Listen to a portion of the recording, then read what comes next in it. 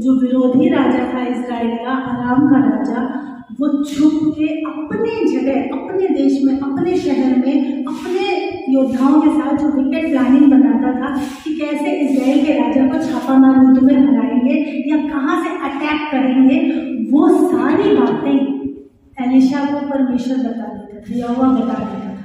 और एलिशा जाके राजा को बता देता था। और ऐसा एक दो बार नहीं हुआ, हर बार। फिर वो कोई प्लान बनाता था, अराम का राजा, जो विरोधी राजा, जो दुश्मन राजा, इजराइल का दुश्मन। और फिर यह एलिशा को पवित्र आत्मा, उस समय कैसा था, पवित्र आत्मा आता था, जाता। आज पवित्र आत्मा हमारे अंदर रहता है। उस वक्त काम करवाता था परमेश्वर के, और चल गया। तो एलिशा को हर बार यहोवा का आत्मा बता देता था। एलिशा राजा को बता देता था, राजा इजराइल का जो राजा था वो आगाह हो जाता था, अलर्ट हो जाता था और वो बच जाता था। कहता राजा उस रास्ते से मत जाना, वहां से आरामी छापा मारने वाले, रास्ता बदल देता था, फिर बच जाता था। इतनी बार ये बात हो गई कि अराम के राजा को अपने ही लोगों पर डाउट हुआ कि मेरे सैनिकों में कोई जो है भेदिया है, घर का भेदी, वहां जाके बता देता है। तो उसने अपने सैनिकों को गुस्सा किया कि तुम में से कौन है जो हम जो भी प्लानिंग बनाते हैं युद्ध करने की, वो जाके इजराइल के राजा को बता देता है जाके। आज उसकी खैर नहीं, सीधी तरह से अपने आप को मेरे सामने प्रकट करो, नहीं मैंने पता लगाया तो फिर बहुत बुरा हाल होगा। तो सैनिक सारे डर गया आराम किया। उन्होंने कहा राजा आप क्या ये भूल रहे हो, इजराइल में एलिशा नाम का यहोवा का ऐसा भविष्यवक्ता है कि तुम बेडरूम में भी बातें करोगे वो भी यहोवा का आत्मा एलिशा को बता देगा, और वो अपने राजा को बता देता है। इस तरह से वो बच जाता है।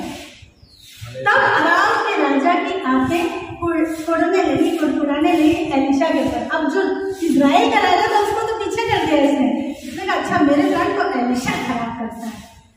सेना लेके एलिशा और उसका सेवक जहां पर रहते थे उस जगह पे गया। उस जगह का नाम था दोताम। एलिशा को तो दिख रहा था चारों ओर यहोवा के स्वर्गदूत अग्नि में घोड़ों पे, रथों पे सवार हैं उस पहाड़ में सुरक्षा करने के लिए। तब उसने प्रार्थना की कि प्रभु इसको भी दिखा, मेरे सेवक को भी आगे बोल ताकि ये भी देख सके, ताकि इसको तसल्ली आई है, डरे ना, वो डर रहा कि इतना सारा दलबल लेके आरामी हमको पकड़ने आ गया, तो हम मर जाएंगे। इजराइल का राजा भी इसे डरता, वो भी हमारी मदद नहीं करेगा, हम मर जाएंगे। लेकिन एलिशा ने कहा आंखें खोल के उसको सेवक को भी दिखा और उसने कहा मत डरो, हमारे पास जो है यानी यहोवा परमेश्वर वो उनसे अधिक सामर्थ्य है, उनसे ज्यादा हमारे पास जो है स्वर्गदूत घोड़ों के रथ है, या उनसे ज्यादा अग्नि में घोड़ों के रथ, उनसे ज्यादा सामर्थ्य है। और उसके बाद एलिशा ने प्रार्थना की कि ये जो सैनिक हमको घेरे हुए खड़े हैं, यहाँ स्वर्गदूत है उसके पीछे सैनिक घेरे, सैनिकों को स्वर्गदूत नहीं दिख रहे थे, आराम के सैनिकों को नहीं दिख रहे थे। वो सोच रहे थे कि हमें घेर लिया एलिशा ने। तब एलिशा ने प्रार्थना की प्रभु कभी परीक्षा मत करना, जरूरत है तो ही प्रार्थना करना, ये बचपना कभी मत करना, परीक्षा मत करना, ठीक है। तो उसने प्रार्थना की कि ये जो आराम के सैनिक आए हमको पकड़ने के लिए सब अंदर हो जाए। तुरंत वो अंदर हुए, सारे सैनिक अंदर हुए, उनको दिखना बंद हो गया, वो टटोलने लगे। तब एलिशा और उसका सेवक गया और बोला अच्छा कौन सा रास्ता ढूंढना, अच्छा वहां जाना है, अच्छा एलिशा ने लिया उसको पकड़ने जाना है, अच्छा अरे गलत रास्ते पर खड़े हो, चलो हम तुमको लेके चलते हैं। लेके गया उनको इजराइल के राजा के पास ले गया और फिर बोला कि फिर प्रार्थना की कि प्रभु इनकी आंखें खोल दे। तो उसने ये जो काम किया ये नीड ऑफ द टाइम, समय की मांग थी इसलिए किया। हमें कभी भी इस तरीके से परीक्षा वाले तरीके से नहीं करनी चाहिए। प्रभु ये करते था लेकिन प्रभु अच्छा ऐसा करते, अच्छा भी दरवाजा खोल दे, अच्छा भी दरवाजा बंद कर दे, ऐसा मत करना। वहां जरूरत थी, कानों के नाले पड़े थे इसलिए उसने, और जब उसने आंखें खोली परमेश्वर ने उन सब सैनिकों की, तो उन्होंने देखा कि हम तो आराम इजराइल के राजा के कब्जे में आ गए। अब वो डर गए। अब इजराइल के राजा को बड़ा बचाया कि एलिशा सबको ले आया, बढ़िया। अब उसने एलिशा से कहा अब हम इनको मार देते, स्वामी इनको मार दे, इनको मार दे। बहुत बहनसिया राजा था इजराइल का, रवेबाज। तो उसने कहा कि नहीं, इनको खाना खिलाओ, इनको पानी पिलाओ, ये तुम्हारे शरणागत हैं, तुम्हें शरण में आए, इनको मत मारो। खिला खिला के जब उनको तृप्त करके बाहर इजराइल के द्वार तक, जो पहले ऐसे गेटेड कम्युनिटी होती थी ना राज्यों की, जब मेन गेट तक छोड़ने आए एलिशा और इजराइल के लोग, तब वहां पे लिखा है उसके बाद वो दल और अराम के राजा ने कभी भी अटैक नहीं किया। उसमें लिखा नीतिवचन में तेरा बैरी भूखा हो तो उसको खाना खिला, प्यासा हो तो उसको पानी पिला। इस रीति से तो उसके सर पे अंगारों का ढेर लगेगा। हम उस वचन को पढ़ के बड़े खुश हो जाते हैं। नहीं, अंगारे डाल के प्रभु उसको नष्ट नहीं करेगा, प्रभु उसके मन को बदलेगा। तुम्हारे विरोधी, तुम्हारे बैरी के मन, हम क्या सोचते हैं जब हम बच्चे होते हैं बाइबल में और वचन में, तब सोचते हैं हाँ आगे नष्ट कर दे। परमेश्वर नहीं चाहता कि छोटे से छोटे, प्रभु चाहता है कि वो शाऊल जो सबको मार काट रहा था, वो भी पौलुस बन के एक दिन नया नियम का आधे से ज्यादा भाग लेने डाले। इसलिए प्रभु, इसका वो मतलब नहीं होता जो हम ले लेते हैं। मैं तो फिर उनको बाहर निकाल दिया, शोमरोन से बाहर चले गए। उसके बाद वो फिर कभी नहीं आए, खाना पीना खिला के भेज दिया। दूसरी चीज, अगर हर घड़ी आप परमेश्वर की आवाज को सुन रहे हो तो कई दफा आपको लगेगा कि आप सही कर रहे हो, लेकिन वो परमेश्वर आपसे करवाना नहीं चाहता है। जब आप उसकी सुनोगे, जैसे लॉकडाउन हुआ था ना, तो लॉकडाउन में हम लोग को, स्पेशली मुझे, क्योंकि पास्टर जो भी रहता तो मुझे बहुत सारे इन्विटेशन, इसके पेज पे बोलते हैं, उसके पेज पे बोलते हैं, इस पेज पे बोलते हैं, उस पेज पे बोलते हैं, और मैं सबके इन्विटेशन एक्सेप्ट करते रहती है। आज इसके पेज पे बोलना है, कल उसके पेज पे बोलना है, फिर उसके बाद जूम मीटिंग शुरू हो तो बोलते हैं हमारे जूम मीटिंग में बोल दो, हमारे जूम मीटिंग में बोल दो। फिर इनके पास्टर बोलते थे इतना सारा जो तुम ले रही हो, इन्विटेशन एक्सेप्ट करती जा रही हो, तुम्हारा पर्सनल टाइम खराब हो रहा है। तो सही है, पर्सनल समय तो प्रभु के लिए दे नहीं पा रहे हो, क्योंकि 4 बजे इसके पेज पे बोलना है। फिर वो कहते हैं अच्छा सिस्टर आप उधर 4 बजे बोल दो तो 7 बजे मेरे में बोल दो। मैं कहती नहीं, कल कर दो, सिस्टर आज ही कर दो। और फिर उसका इंटरनेट के लिए प्रार्थना करना, लाइट आती रहे प्रार्थना करना, कनेक्शन अच्छे से चले प्रार्थना करना।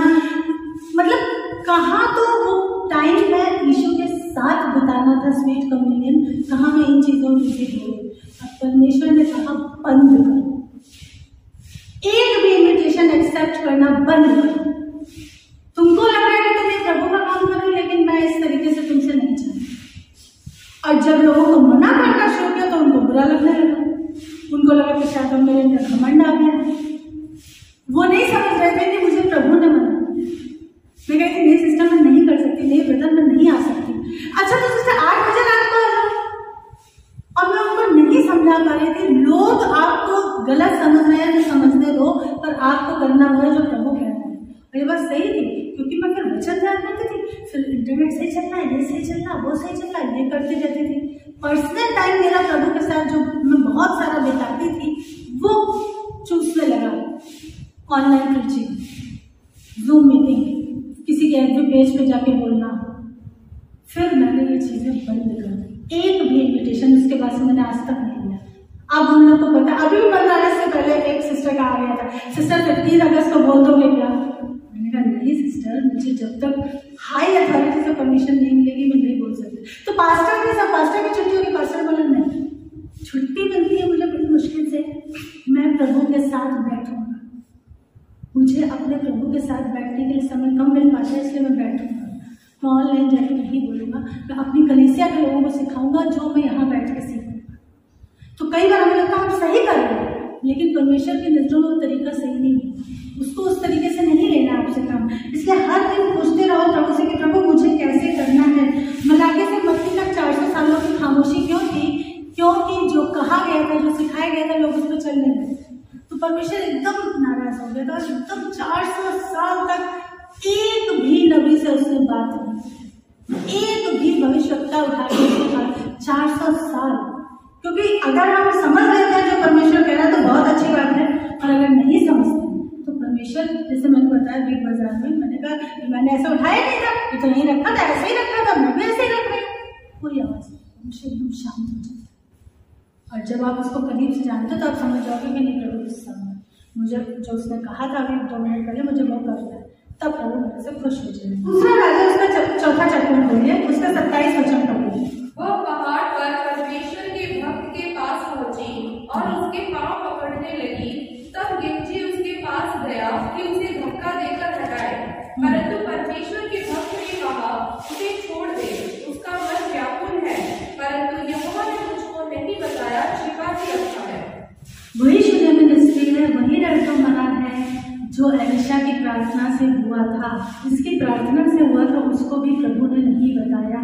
और एलिशा इतना ईमानदार है कि उसके अंदर कोई ईगो नहीं है कि मैं कैसे अपने सेवक के आगे कहूँ कि प्रभु ने मुझे नहीं बताया, छुपा रखा है। तो मेरी प्रार्थना से तो ये पैदा हुआ था, मुझे तो प्रभु सबसे पहले बताया ना। नहीं, उसकी है। हर वक्त, हर बात, हर किसी पे वो रिवील नहीं करता, वो अपने तरीके से काम करता है। एक तो शून्यलिंग के जीवन से हम ये सीखते हैं कि और सिचुएशन में भी जब वो उसका पति कह रहा क्यों जो भी वो कह कल्याण होगा, नहीं बोलेगी बेटा मर गया, नहीं बोलेगी फिर कल्याण। यहाँ एलिशा इतना हम्बल है, इतने आश्चर्य करने के बावजूद वो कह रहे हैं कि उसका मन व्याकुल है। वो गेहजी के रोकने से रुक नहीं रही थी और एलिशा के पैरों को एकदम पकड़ने के लिए झुक रही थी, तो समझ गए बोले इसका मन व्याकुल है, कुछ तो हुआ है बड़ी बात। लेकिन प्रभु ने मुझे नहीं बताया। कितना हम्बल था एलिशा, उसने जरा बोलने के लिए, हाँ कुछ लोगों में देखते अरे प्रभु ने मुझे ये बताया, प्रभु ने तो मुझे ये बताया। आप पहले समझना सीखो कौन छल कर रहा है आपके साथ, पहले तो समझना सीखो। और उसकी शुरुआत बाइबल पढ़ने से हुई। बार बार मैं कहती हूँ, जो बाइबल नहीं पढ़ता है, जब कोई मुझसे कहता है कि मुझे प्रभु ने बताया, मुझे प्रभु ने बताया, मैं उस व्यक्ति के जीवन को देखती हूँ और मैं बड़ी मन कहती हूँ प्रभु पहले इसको वो सिखा जिसकी इसको बहुत ज़रूरत है। मैं इम्प्रेस नहीं होती मैं लोगों से। मैं आज तक लाइफ में 3 ही लोगों से इम्प्रेस हुई हूँ। पहला यीशु मसीह, दूसरा डीजीएस दिनाकर, तीसरा देवेंद्र तिवारी। इन 3 के अलावा मैं आज तक किसी से इम्प्रेस हुई नहीं। 25 सालों में लोगों ने मेरे आगे दम बहुत भरे, हमको तो दर्शन है, हमको तो ये भविष्यवाणी है। मैं उनके कामों को देखती हूँ, इनके कामों को साथ रह के मैं देखती हूँ। सच में परमेश्वर के मन के योग्य एक व्यक्ति। डीजीएस दिनाकर के काम दिखते थे, जो प्रचार करते थे वैसे वो चलते थे।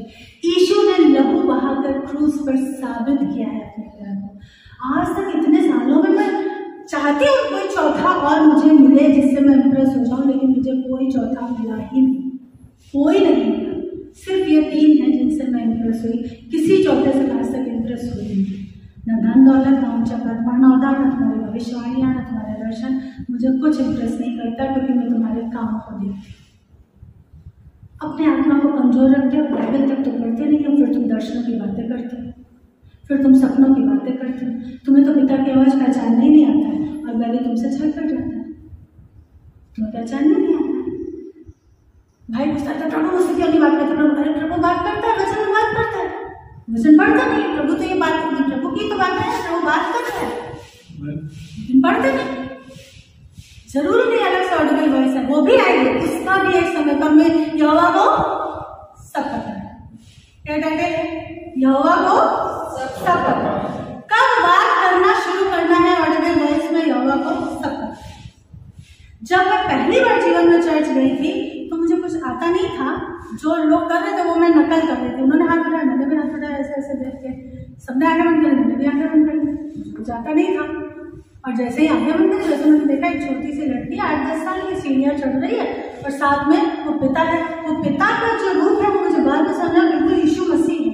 और वो सीढ़ियाँ चढ़ती जा रही, पिता बहुत प्यार से इसकी तरफ देखा, लड़की बहुत खुश है जैसे उसको खजाना मिल गया। उस एक दर्शन के बाद दूसरा कोई दर्शन मुझे तब तक नहीं आया जब तक मैंने ईमानदारी से अपने गलत कामों को करना छोड़ते हुए बाहर बाथरूम में घुस के पढ़ते हुए शादी के बाद भी यीशु के लिए स्टैंड लेते हुए खड़े रहते हुए बढ़ना नहीं सीखा। मुझे कोई दूसरी आवाज नहीं आई, कोई दूसरा दर्शन नहीं आया। वो सिर्फ पहला था, बिना बाइबल पढ़े, बिना गलत कामों को छोड़े, पहला दर्शन जो वो बता रहा था, बेटा अब तो सही जगह आ गया, जिसको तू बचपन से ढूंढती थी, अब मैं तुझे एक एक सीढ़ी चढ़ाऊंगा, पर उसके लिए पहले तुझे वो करना पड़ेगा जो तुझसे कहा जाए, जो तेरे प्रभु सिखाएंगे, जो तेरे पास्टर सिखाएंगे, तेरी बाइबल सिखाएंगे। सबसे पहले तो उसने मेरे अंदर बाइबल पढ़ने की भूख डाली। जब उन्होंने मुझे नया नियम ज्ञान दी तो मैंने कहा ये नहीं चाहिए, वो जो आपको काली काली मोटी वाली बाइबल पढ़ते वो चाहिए। बोली पहले इसको खत्म करो तब बाइबल मिलेगी। और बाइबल पाने के चक्कर में 10 दिन में नया नियम खत्म कर दिया, जबकि पढ़ने की पाबंदी थी 10 दिन। पसंद तो उससे भी कम, दोनों तो एक ही हफ्ते में खत्म कर दिया था। 10 दिन में कि बाइबल चाहिए, पूरी बाइबल पढ़नी है। पढ़ने के लिए कोई परमिशन नहीं है, लेकिन पढ़नी है वो लगा। उसके बाद सालों साल वो मुझे ट्रेन अप करता रहा। फिर उसने मुझसे बात करना शुरू किया। कब? जब मैंने वो ऑल्टर पे जीवित की जो रिपोर्ट थी पुअर वो रखी और मैंने कहा प्रभु तू ये बच्चा मुझे दे, क्योंकि मेरे साथ के लोग चिन्ह और चमत्कार चाहते हैं। मुझे पता है तू जिंदा खुदा है, तू मुर्दे जिंदा करता है, कैंसर और एड्स को मार भगाता है। मुझे कोई सबूत नहीं चाहिए, मेरे साथ के लोगों को सबूत चाहिए। मैं प्रण करती हूँ, मैं वाचा बांधती हूँ, मैं कमिटमेंट करती हूँ, देवेंद्र तिवारी का मंच में तुझे देती हूँ। जब मैंने वो स्टेप लिया है उसके बाद से परमेश्वर ने मुझसे बातें करना शुरू किया। और आज तो मैं देखते हैं लोगों को आए मुझे प्रभु बता भैया बाइबल कितनी पढ़ते हो, कितनी बार आज तक पूरी बाइबल पढ़ी है, तुमसे प्रभु बात कर रहा है। दूसरे होते हुए आई एम सॉरी, मैं कभी इंटरेस्ट नहीं, कभी नहीं। और मैं कहती हूँ ठीक है प्रभु, अगर आप वाकई पवित्र आत्मा आपने बात की तो मुझसे भी यही बात हो। पवित्र आत्मा एक सी बात बोलता है, तुमसे कुछ नहीं बोले, मुझसे भी बोला तो मैं नहीं था, क्योंकि काम आप पेड़ को फलों से बचाते हो, आप उसके काम देखते हो। पवित्र आत्मा को चलाता है उस रास्ते पे जहाँ की वाकई में वो हमको इस्तेमाल कर सके। और शैतान के धोखे कौन से हैं? इमोशन में फंसा। मैंने बताया था उस दिन कि एक विश्वासी बहन थी, अपने परिवार में वही अकेली विश्वासी थी, उसके घर में एक मौत हुई। अब वो अपने भाई बहनों में सबसे बड़ी थी, तो बाकी चीज़ों से तो वो दूर रही, लेकिन जब कुछ नहीं थी, पता नहीं क्या हम लोग का जो जनरल का होता है ना, कुछ किसी के 10वां होता है, किसी के 13वां, कुछ ऐसे, तो वहाँ पे भाई बहनों ने क्या कहा कि दीदी आप सबसे बड़ी हो, ये लोग मरे हुए के लिए खाना बाहर जाते हैं, तो दीदी ये खाने की प्लेट आप रखा। खाना कौन खाता है? मरे हुए, मरा तो मरने वाले कहते एक बार जो मरा उसकी कहानी खत्म। दुष्ट प्लेट रखने गई, वहां से वो डीमन पॉसेस हो गई। हम बहुत सतर्कता से चल रहे हैं कि नहीं, हम अपने मायके वालों के रीति रिवाज नहीं करेंगे, हम ईशु में बहुत क्लियर हैं। हमने सोचा इसमें क्या है, प्लेट ही तो रखनी है। कैसे इमोशन, तुम्हारे इमोशन जुड़े थे उस मरने वाले से, वहां उसने पकड़, तुमने जब बाकी चीजों में दूर रही थी तो मुझे भी कहना था कि नहीं, मेरी बाइबल मुझे इसकी इजाजत नहीं देती है, अभी तक मैं सारे क्रिया विधि से दूर रही, आप ही रखना चाहिए, मुझे बड़े होने में सम्मान नहीं चाहिए कि आप हम सब में सबसे बड़े विधि आप रखो। शैतान इमोशन का फायदा उठाता है। ये सच्ची टेस्टिमनी है। फिर बहुत प्रार्थना की गई, कई प्रभु के दासों ने प्रार्थना की, तब वो आजाद हुए। ऐसे ही एक विश्वासी बहन थी, उनका छोटा भाई था, कई भाई बहनों में जैसे वो सबसे बड़ी और ये सबसे छोटा, तो जब ये बीमार हुआ तो ये अपनी दीदी के पास रहने आ गया, और बहन उसकी बहुत जी जान से सेवा करती थी और उसको यीशु के बारे में बताती थी, लेकिन मन इतना मोटा था कि वो मरते मर गया, उसने यीशु को ग्रहण नहीं किया। अब बहन बड़ी दुखी, हाय मेरा भाई चला गया, हाय मेरा भाई चला गया। बाइबल के अकॉर्डिंग उसको पता था, लेकिन वो कह नहीं पा रही थी कि कहाँ चला गया, पर वो दुखी इस बात से थी। उसके कुछ टाइम बाद वो रात दिन, अब क्या हुआ, बाइबल अभी सब किनारे हो गई, भाई के दुख में रात दिन आंसू बहाने लगी। हुआ क्या, उसके अंदर वो प्रकट होने लगा और बोला अब मैं दीदी के साथ रहूंगा, मेरी दीदी मेरे लिए रोती रहती है, इसलिए अब हम दोनों भाई बहन साथ रहेंगे। इमोशन, फिर परमेश्वर के लोगों के पास उनको ले जाया गया, बहुत प्रार्थनाएं हुई, डांट के धुतकार के उसको निकाला गया। भाई नहीं था, दीमन था। इमोशन का फायदा उठाया। हमें बहुत अलर्ट रहना है इन सब चीज़ों में। जितना बाइबल को जानोगे उतना ज़्यादा तुम बुद्धिमान बनते जाओगे आत्मा में। व्यवस्था विवरण 24 का 6 निकालो। और उसने उसे मोआब के देश में बेत-पोर के सामने एक तराई में मिट्टी दी, और आज के दिन तक कोई नहीं जानता कि उसकी कब्र कहाँ है। मूसा के बारे में ये बता रहे हैं, कितना धन्य था मूसा जिसको खुद यहोवा ने अपने हाथों से मिट्टी दी।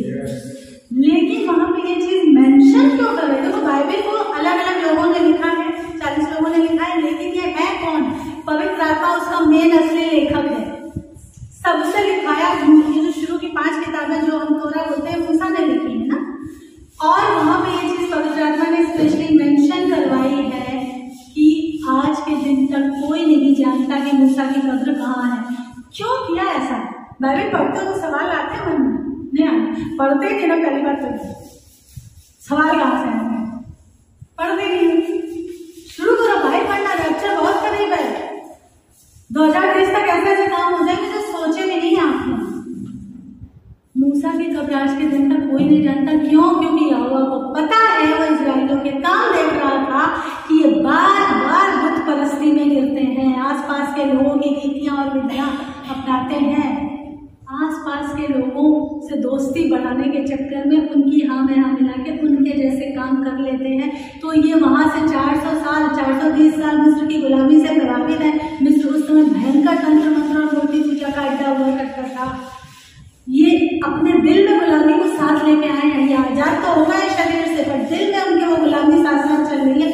जैसे ही मूसा की कब्र पता चलेगी वहाँ समाधि बना लेंगे, वहाँ हर साल कुर्स लगाया करेंगे, वहाँ हर साल मेला लगाया करेंगे, उसको चादर चढ़ाएंगे, उसको कुछ भी करेंगे, उसकी पूजा पाठ करेंगे, अगरबत्ती जलाएंगे। इसलिए आज तक उसने पता ही नहीं लगने दिया कहाँ है मूसा की कब्र, कहाँ है नहीं पता, जगह बता दी, कब्र कहाँ है ढूंढ लो।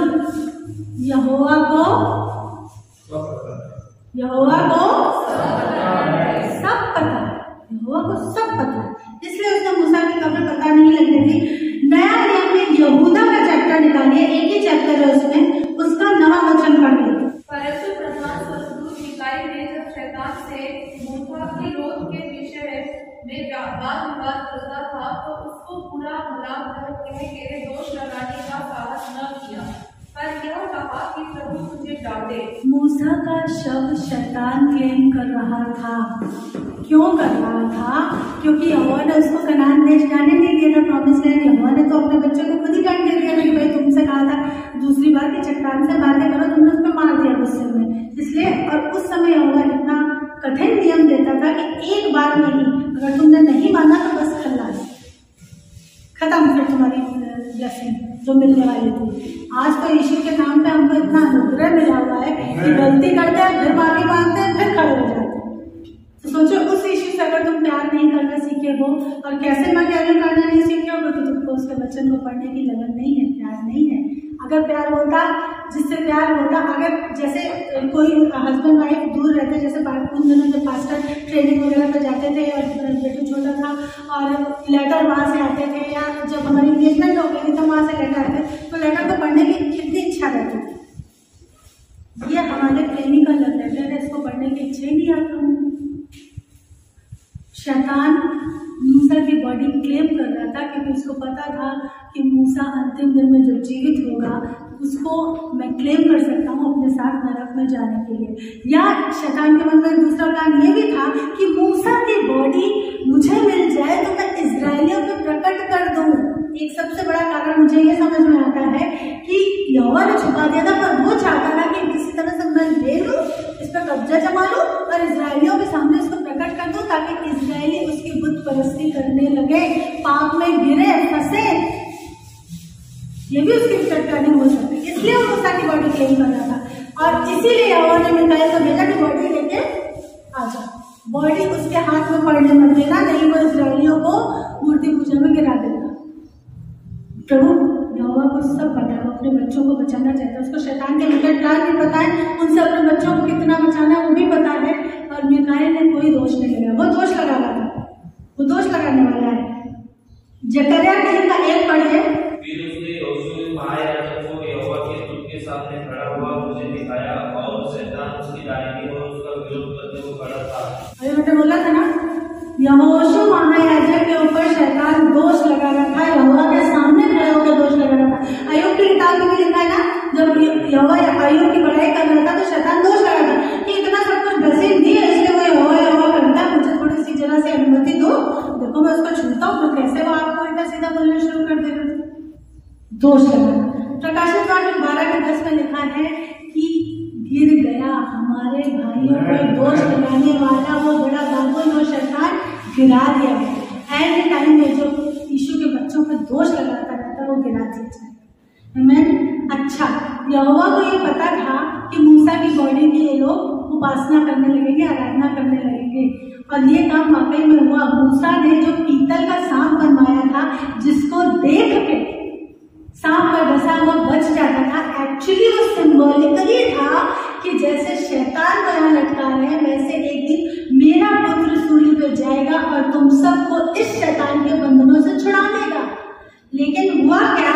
दूसरा राजा 18:4 पढ़ेगा। उसने ऊंचे स्थान घेरा दिए, नाटक को तोड़ दिया, अशेरा को काट डाला, और पीतल का जो सांप मूसा ने बनाया था उसने इस तरह चूर कर दिया कि उन दिनों तक इस्राएली उसके लिए धूप जलाते थे, और उसका नाम नहुशतान रखा। उस सांप की पूजा करने लगे थे इस्राएली कि भैया इसको देख के जो सांप का काटा हुआ था वो बच जाता था, तो ये सांप भी हमारे लिए। अरे तुमको दिख नहीं रहा ईडन गार्डन में बाबा आदम के साथ क्या हुआ था? दादी हवा ने क्या किया था? सांप के खोल में उसको शैतान स्प्रेड हुई, उसको बॉडी चाहिए घुसने के लिए, सांप ने अपनी बॉडी अलाउ करी थी। क्या वो डायरेक्ट ऐसे बात नहीं कर सकता था, तो सांप के उसमें घुस के गया था और वो लोग उसी की पूजा करने लगे, जबकि वो सिंबॉलिकली था। किसी भी चीज, किसी भी वस्तु, किसी भी बात की अगर तुम मूर्ति बना लेते हो अपने दिल में या अपने जीवन में, वो परमेश्वर के लिए घृणित है। हिजकिय्याह राजा ने जब सुधार के काम किए हैं तब उसने देखा कि इस्राएली क्या कर, इसका नाम भी रख दिया नहुश्तान, नाम भी रख दिया उसको, उसकी पूजा आराधना कर, उसके सामने धूप जला और उसको पीस के बुकनी बना के उसको कब्रों पर डलवा दिया, किद्रोन में डलवा दिया। इसलिए परमेश्वर को पता था ये सब, यहोवा को सब पता है। यहोवा को पता है कि मेरा ये वाला बच्चा किस पॉइंट में वीक है, और शैतान को भी पता है कि इसको कैसे मैं फंसा लूं। कोई हो सकता है कि व्यभिचार में बार बार गिर जाता हो, लेकिन रुपए पैसे के मामले में बड़ा ईमानदार हो, टाइट के मामले में बड़ा ईमानदार हो सकता है, टाइट में कंजूसी करता हो या पैसे देख के उसको डोनेशन आता हो, चोरी कर लेता हो, लेकिन व्यभिचार में पता ही नहीं पड़ता, बड़ा स्ट्रॉन्ग है कैरेक्टर में। हर एक की कोई ना कोई कमी या कमजोरी, किसी को गुस्सा आता है, कोई एकदम ही ठंडा है, जहाँ उसको होना भी चाहिए वहां भी नहीं उठता खलाहट के साथ। हर एक की अपनी एक कमजोरी, और शैतान देखता है कि इसको कैसे इसकी कमजोरी में फंसा, प्रभु देखता है कि कैसे इसके इस पॉइंट को, जो इसका वीक पॉइंट है, इसका स्ट्रॉन्गेस्ट पॉइंट बना के इसको अपनी महिमा के लिए इस्तेमाल करें। यहोवा को सब पता है। तो आज से एक काम ये करना है, यहोवा की मर्जी के अनुसार अगर चलना है, जीत के जश्न के उत्सव में, उसने तो वादा दे दिया है, हमें एक काम ये करना है कि उस चीज को पाने के लिए एक ही रास्ता है, बाइबल। बाइबल से दूर रहोगे, ब्लेसिंग से दूर रहोगे। बाइबल पढ़ोगे, देखो ज्यादा खाना खाने से बदहजमी हो जाती है। मम्मी बेड पे है तो डॉक्टर बोलने की ज्यादा नहीं देना है, हल्का देना है, थोड़ा थोड़ा देना है। मम्मी बोलती बस एक ही रोटी खाऊंगी, यहाँ पे कहते नहीं 1.5 खा लो, 2 खा। ज्यादा खाने से बदहजमी हो जाती है। ज्यादा बाइबल रीडिंग से आत्मा में कभी बदहजमी नहीं होती। मैं तो आप लोगों को सिर्फ कहती हूँ 4 पढ़ो। आप अगर दिन भर में 8 पढ़ लोगे तो आपकी आत्मा उल्टा बलवान बनेगा, बदहजमी नहीं होगी। ज्यादा बाइबल रीडिंग से बदहजमी नहीं होगी। दुनिया में हर काम के लिए हमारे पास टाइम है, और सिर्फ बाइबल के लिए हम बहाने बनाते हैं, उसके लिए हम कहते हैं हमारे पास टाइम नहीं। यहाँ पर सब पता है बेटा, टाइम तो है, तुम वेस्ट बहुत करता है, लिटरली टाइम को तुम किल बहुत करता है। टाइम किल करना बंद करो, वचन ज्यादा से ज्यादा पढ़ना शुरू करो। आधी से ज्यादा प्रेयर पॉइंट आपको बोलने में नहीं पड़ेगा, वो यूं ही पूरे हो जाएंगे, वो यूं ही पूरे हो जाएंगे। बाइबल रीडिंग के पीछे भागो, दर्शनों प्रकाशनों के पीछे मत भागो। अपने आप जब बाइबल रीडिंग में स्ट्रांग होगा, परमेश्वर शुरू कर देगा। आलसी लोग शॉर्टकट चाहते हैं। एक सिस्टर ने मुझे पूछा कि सिस्टर कोई ऐसा है जो दर्शन को देख के बता दे कि मेरी ये वाली प्रॉब्लम सॉल्व हो गई? मैंने कहा हाँ है। बोले क्या? मैंने कहा बाइबल। ओ मैंने गलत व्यक्ति से पूछ लिया। मैंने कहा सिस्टर जो दिया है मसीह में कोई शॉर्टकट नहीं होता है। तुमको अच्छा ठीक है, चलो तुम्हारे और तुम्हारे पति का प्रचल हो गया, अब उसके बाद शांति सन्नाटा छा गया। मैंने कहा जाओगे जो मिल गए।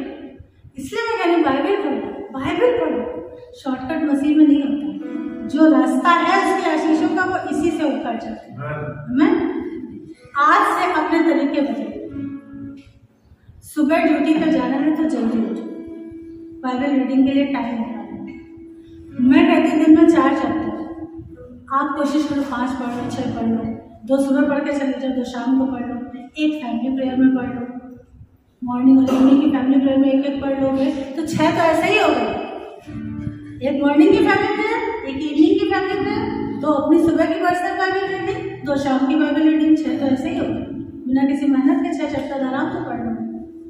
लेकिन रोज अगर जीतना है तो, मैं आइए